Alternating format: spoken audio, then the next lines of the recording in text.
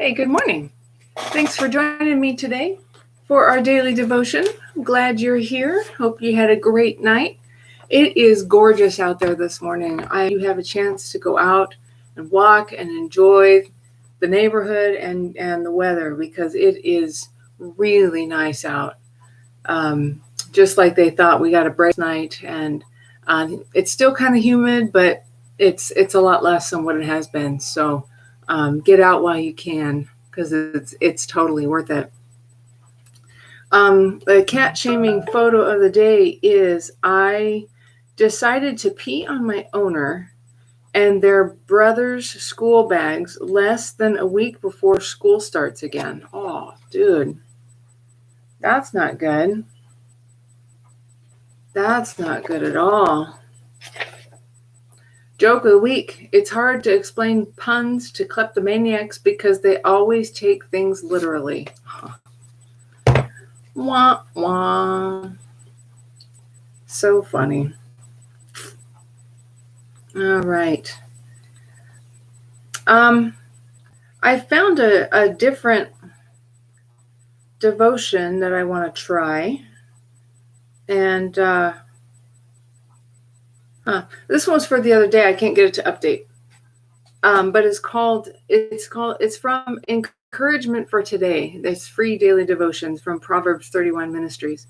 And so this is actually for August 10th, but that's okay. And it's called, You Can Do Hard Things with a Little Help.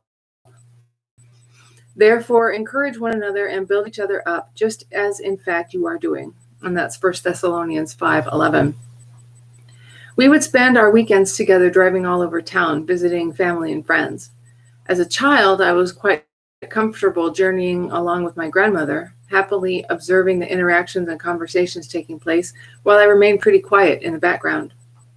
One day, in the midst of our travels, we stopped at a store. When we walked through the door, I immediately saw one of my classmates.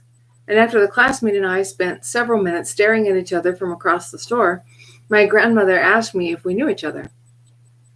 I said, "Yes, ma'am," and she quickly asked me if we had spoken to one another yet. This time I told her no, and before I knew it, she had my hand and we were walking across the store to my classmate. I couldn't believe it. I didn't like this feeling, the awkwardness of not knowing what to say or how to say it.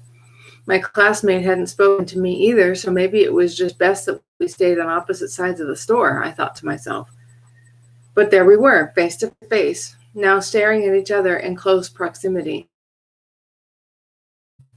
My grandmother recognized that distance didn't change our hesitation to engage with one another. Nothing too difficult, simple greetings and a casual discussion. As I walked away from my classmate, I felt a bit disoriented. Yet I also felt that with a little bit of help, I had accomplished something. My phone just rebooted for some reason. I don't know why.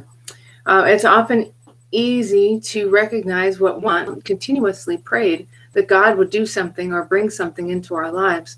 And when it became available or within close proximity, we didn't budge.